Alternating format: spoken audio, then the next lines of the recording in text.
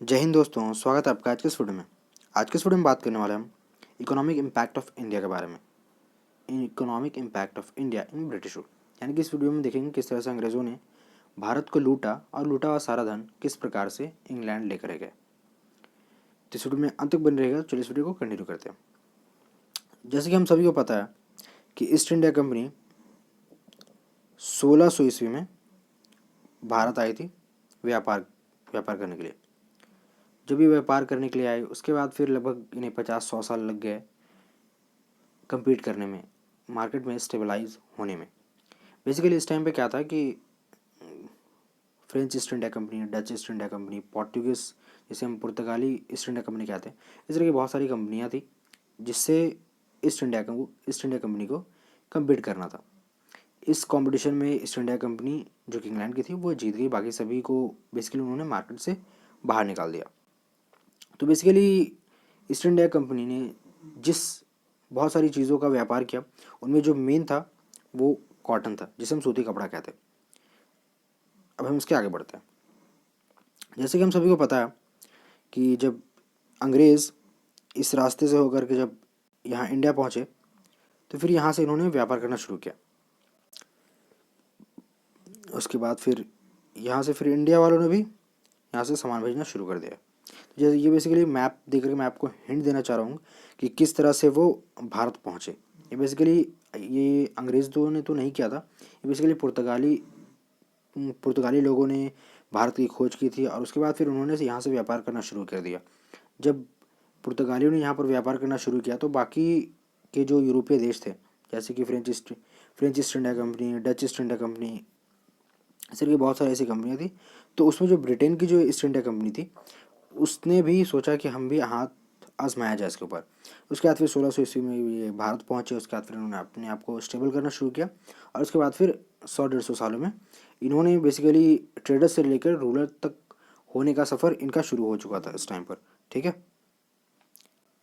जिस तरह से ईस्ट इंडिया कंपनी ने व्यापार करना शुरू किया और जिस तरह से उसे व्यापार में सफलता मिलती गई, इस चीज़ से यूरोपियन जितने भी यूरोपियन कंट्री थे, यहाँ तक कि बेसिकली इंग्लैंड के जितने भी बिजनेसमैन थे, उनके अंदर ये भावना जागृत हो गई कि जिस तरह से ये ग्रोथ कर रहे हैं, इसकी वजह से होगा ये कि इंग्लैंड में जो हमारी कंपनियां हैं, यानी इंग्लैंड के जितने भी बिजनेसमैन हैं, उन सब का बिजनेस ठप हो जाएगा। क्योंकि होता ये था कि इंडिया से वो माल खरीद के लाते थे और बेसिकली इंग्लैंड में बेचते थे। इंडिया का माल बहुत सस्ता होता था, जिसकी वजह से इंग्लैंड में काफ़ी कम कीमत पर बिकता था। इससे एक बहुत बड़ा प्रॉफिट ईस्ट इंडिया कंपनी बनाती थी, जिस चीज़ की वजह से इंग्लैंड के जितने बिजनेसमैन थे, बेसिकली यूरोपियंस कंट्री के जितने भी बिजनेसमैन थे, उन सबको ये बात बहुत ज़्यादा चुभने लगी थी। आफ्टर लूटेड वॉरेन हेस्टिंग्स जब घर पहुंचा तो उसके पास एटलीस्ट इतना पैसा था कि वो 40 साल तक अपनी ज़िंदगी आराम से ऐशो आराम के साथ जी सकता था। तो इन सारी चीज़ों को देखते हुए European businessman started afraid of EIC and there officers. क्योंकि होता यह था कि जिस तरह से वो आ रहे थे, जिस तरह से वो पैसा कमा रहे थे और जिस तरह से वो इंग्लैंड में इन्वेस्ट कर रहे थे, इन सारी चीज़ों को देख करके यूरोपियंस कंट्री और इंग्लैंड के जो बिजनेसमैन थे, उन सभी को ऐसा लगने लगा कि अगर इसी तरह ये प्रॉफिट बनाते रहे तो हमारा धंधा ठप हो जाएगा। दूसरी तरफ because of money few employees became member of house of common they afraid. तो हुआ ये कि जिस तरह से ईस्ट इंडिया कंपनी के जितने भी ऑफिसर्स थे या फिर गवर्नमेंट ऑफिशियल्स थे, तो वो इतना पैसा कमा चुके थे कि जब वो वापस इंग्लैंड पहुँचे तो उन्होंने हाउस ऑफ कॉमन्स की सदस्यता ग्रहण कर ली, जिसकी वजह से हाउस ऑफ कॉमन्स के जितने भी सदस्य थे उन सभी के अंदर ये भावना घर कर गई कि अगर इसी तरह चलता रहा तो एक टाइम ऐसा आएगा जब ये हाउस ऑफ कॉमन्स की सदस्य लेकर के ये सत्ता प्राप्त कर लेंगे, और जब ये इनके पास सत्ता पहुंच जाएगी तो हमारी कुर्सी ख़तरे में होगी और बेसिकली इंग्लैंड की पूरी जनता को ये लोग फिर से शोषित करेंगे जिस तरह से इंडिया के लोगों को कर रहे हैं, और इस तरह से हमारी शक्ति छिन जाएगी। उसके बाद फिर क्या हुआ कि जितने भी बिजनेसमैन थे उन सभी ने हाउस ऑफ कॉमन्स के ऊपर प्रेशर डालना शुरू कर दिया कि अगर ऐसा ही चलता रहा तो हमारी कंपनी तो ठप हो जाएगी, फिर हमारा देश विकास कैसे करेगा। तो उसके वजह से हाउस ऑफ कॉमन्स ने डिसाइड किया कि अब ईस्ट इंडिया कंपनी को बेसिकली कंट्रोल करने की ज़रूरत है। उसके बाद फिर उन्होंने रूल्स बनाने शुरू कर दिए। जैसे कि हम सभी को पता है कि ईस्ट इंडिया कंपनी को शुरू में एक अधिकार मिला हुआ था कि भारत में वही एक कंपनी है जो व्यापार कर सकती है और कोई इंग्लैंड की कंपनी जाके भारत में व्यापार नहीं करेगी। तो इस वजह से उसे एक एकाधिकार मिला हुआ था कि इंग्लैंड की तरफ से कोई उसे कम्पीट नहीं कर सके। उसके बाद फिर क्या हुआ, जब रूल्स बनाए गए तो ईस्ट इंडिया कंपनी का अधिकार धीरे धीरे उनके अधिकारों में कटौती कर दी गई। उस फिर क्या हुआ कि ईस्ट इंडिया कंपनी अब भारत में सिर्फ अकेली कंपनी नहीं रहेगी, उसके बाद फिर इंग्लैंड की बहुत सारी कंपनियां भारत में आकर व्यापार करने लगी। इस तरह से उनका ईस्ट इंडिया कंपनी का एक अधिकार भारत में ख़त्म हो गया। उसके बाद फिर ईस्ट इंडिया कंपनी का अधिकार सिर्फ चाय के ऊपर बन गया था। उसके बाद फिर आने वाले कुछ समय में ईस्ट इंडिया कंपनी का चाय वाला भी अधिकार वो भी छीन लिया गया। तो इस तरह से ईस्ट इंडिया कंपनी की पावर धीरे धीरे ख़त्म होने लगी और इस तरह से ब्रिटिश गवर्नमेंट का ईस्ट इंडिया कंपनी के ऊपर कंट्रोल बना रहा।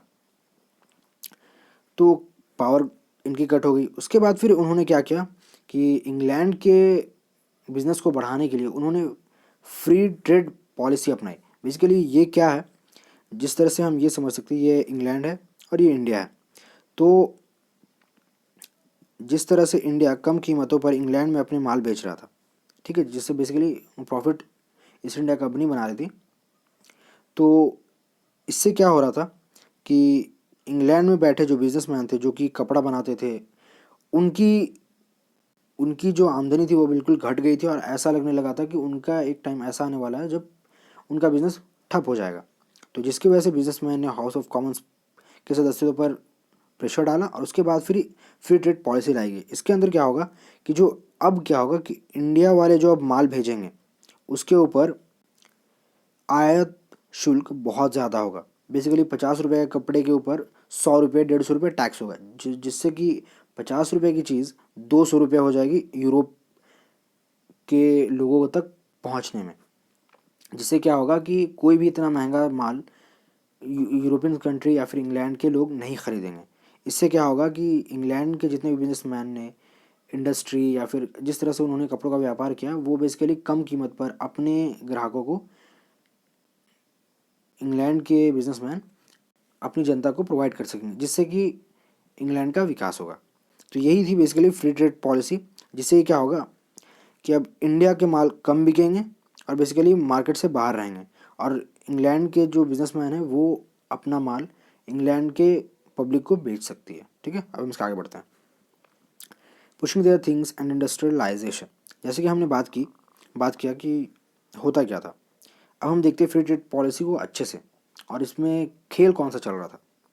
जैसे कि हम सभी को पता है कि जब शुरू में इंडिया ने निर्यात करना शुरू कर दिया था, क्योंकि ईस्ट इंडिया कंपनी यहाँ से बहुत सारा सूती कपड़ा, मसाले इत्यादि बहुत सारी ऐसी चीज़ें थी जो कि ब्रिटेन पहुँचाते थे और बहुत अच्छा मुनाफा कमाते थे।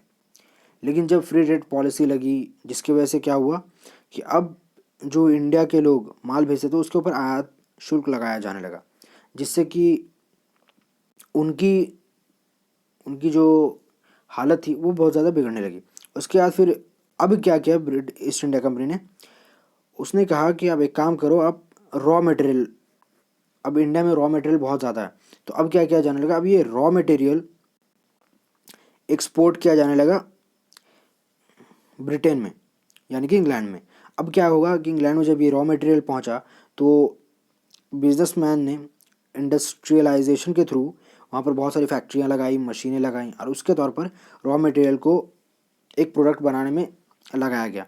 उससे क्या होता था कि जैसे कि अब मान लो कपास की खेती हुई, कपास से फिर सूती कपड़ा बनाया गया, तो इस सूती कपड़ा बनाया गया, तो सूती कपड़ा जब बन करके तैयार हो जाता था तो वो उस सूती कपड़े को वो इंग्लैंड में तो बेचती ही थी।